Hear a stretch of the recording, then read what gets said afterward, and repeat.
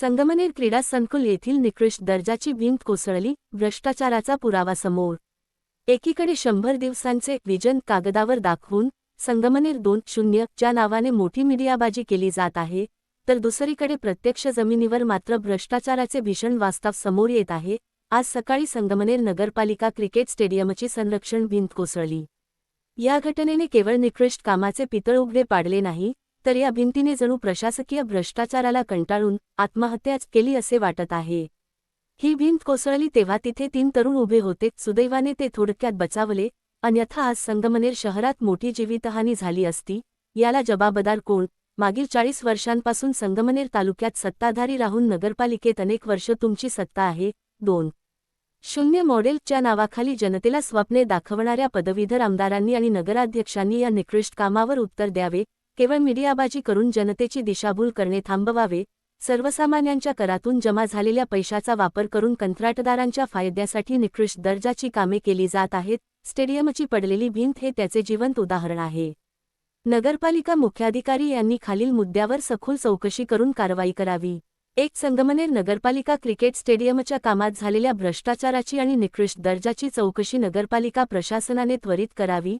2. संबंधित ठेकेदारावर तातडीने गुन्हे दाखल करून त्याला काळ्या यादीत टाकावे। 3. 2.0 च्या गोंडस नावाखाली चाललेली अनधिकृत कामे थांबवून शहर विकासाच्या कामात पारदर्शकता आणावी। फक्त बैठका घेऊन काम होत नाही। जनतेच्या डोळ्यातील धुळफेक आता थांबवा, केवळ कागदावर विजन दाखवण्यापेक्षा प्रत्यक्ष कामाचा दर्जा सुधारा, अन्यथा संगमनेरची जनता या भ्रष्टाचाराचा जाब विचारल्याशिवाय राहणार नाही।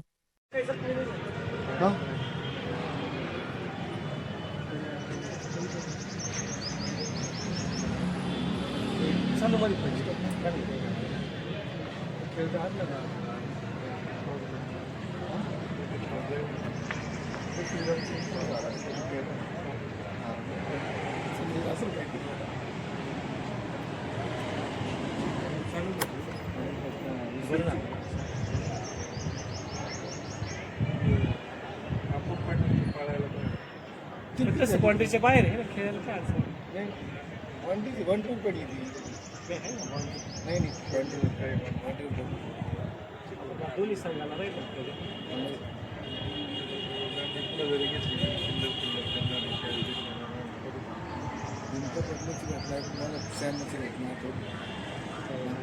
स्टेडियम आहे ना, गर्दी झाली नाही, सुट्टी झाली परत आहे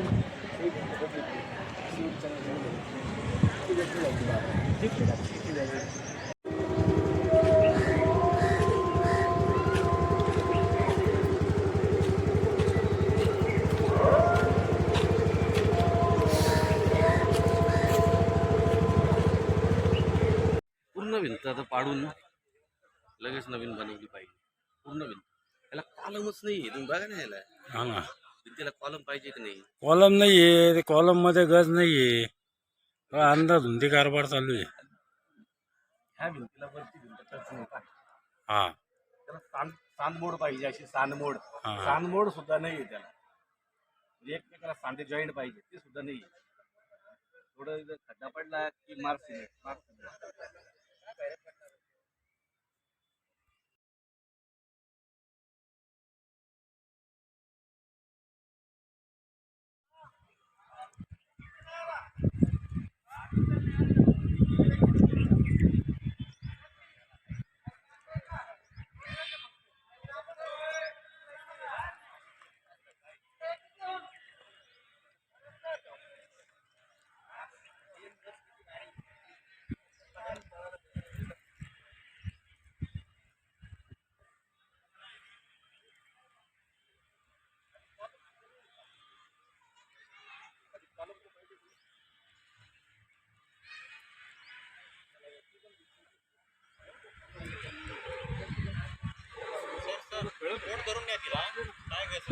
तारी उचलून घ्या तिला।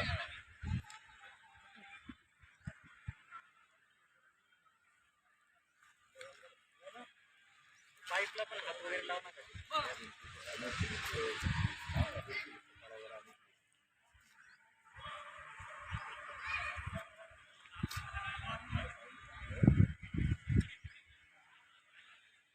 कोण आहे, तुम्ही होते का? सामने चालू चालू आहे ना आता क्रिकेटचे. आणि एक क्रिकेटर होता, फिल्डिंग करत होता तिथं. तेव्हा त्याला आवाज आला, तो पळाला, वाचला. चालू सांगत पडली. होते ना, आता पडताना होत चौका गेला तिकडे तो पळाला. कॉलम बिलम नाही ना याला. आणि सगळ्यात महत्त्वाचं त्या पारल्या. तेव्हा हे हात कॉलम दिसतोय. गेला काही गज वगैरे होते कॉलमला तुम्ही या कॉलमला जर गज नाही मग साईन कसं रे त्याच्यावरती पकड धरायला तर काही पाहिजे का नाही. आणि हे सुद्धा हा पाया सुद्धा वरच्या वर आहे. म्हणजे खाली त्याला चांगलं मटेरियल हे सगळं उतरलं पाहिजे. आणि ठीक आहे, बांधकाम जुनं झालंय, परंतु नगरपालिकेचे कर्मचारी होते, त्यांनी सांगितलं होतं त्यांना की भिंत कधी पडू शकते. कोणी दक्षताच घेतली नाही. तिला पाडून नाही मानून या संघटनेमध्ये राज्यस्तरीय स्पर्धा होतात. सहकार महर्षी चषक होतो या ठिकाणी. महाराष्ट्रातले रणजी खेळाडू या ठिकाणी येतात. आणि अशा वेळी जर एखादी दुर्घटना घडली तर कसं होईल.